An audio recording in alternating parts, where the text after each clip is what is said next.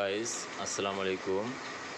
আজকে আমি আপনাদের সামনে আবারও হাজির হলাম আর একটা ফুলের টব নিয়ে।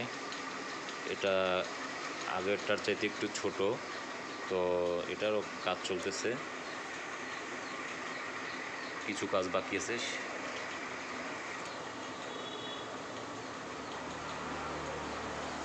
তো এটার আপনার কীভাবে বানাইছি সেটা আপনাদেরকে পরে ডিসক্রিপশনে দেওয়া হবে।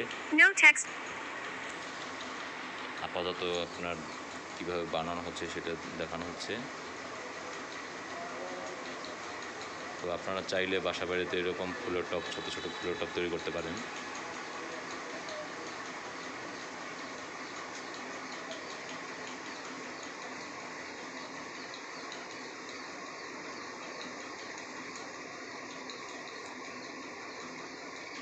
এটা আপনারাও নিজেদের ঘর সাজাতেও অনেক হেল্প করে, দেখতে খুব সুন্দর লাগে। এখন এই ফুলের কাজটা চলতেছে।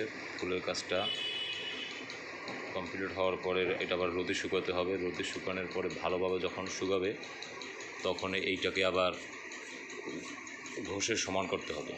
ঘষে সমান করার পরে আবারও কিছু কাজ বাকি আছে, সেটা করতে হবে।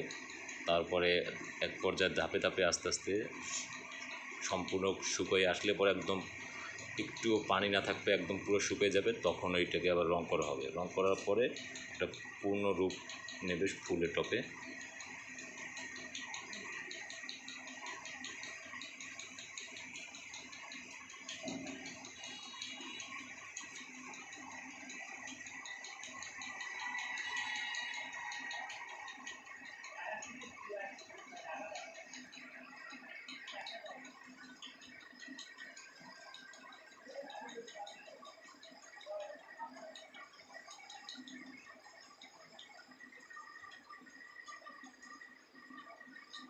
এইটা আপনাদের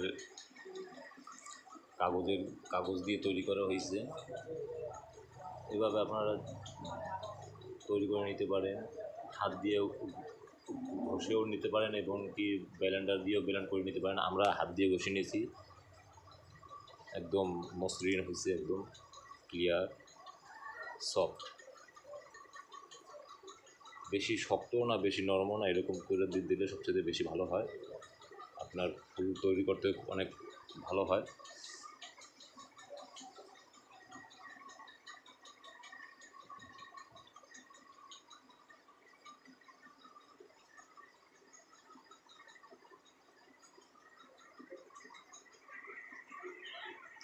আপনারা চাইলে এটা কাগজটাকে আপনার ফ্যান দিয়েও তৈরি করতে পারবেন।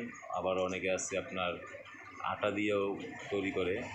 তো যদিও আমরা আটা দিয়ে তৈরি করি, ফ্যান দিয়ে তৈরি খুব কম করা হয়।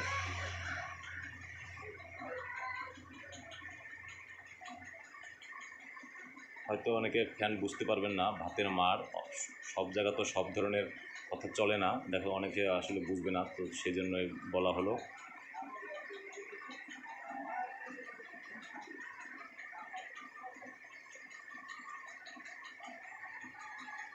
আমাদের এই ভিডিওটা যদি আপনাদের ভালো লাগে থাকে, আপনারা প্লিজ সাবস্ক্রাইব করবেন এবং বেল আইকনটি বাজিয়ে দেবেন, যাতে নতুন নতুন ভিডিও আপলোড করলে আপনারা সাথে সাথে পেয়ে যান।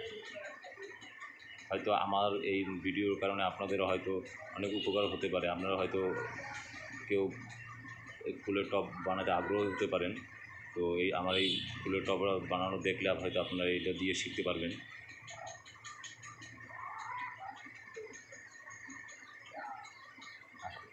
আজকে এই পর্যন্ত।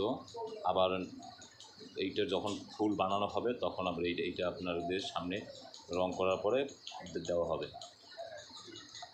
আল্লাহ হাফেজ, সবাইকে ধন্যবাদ।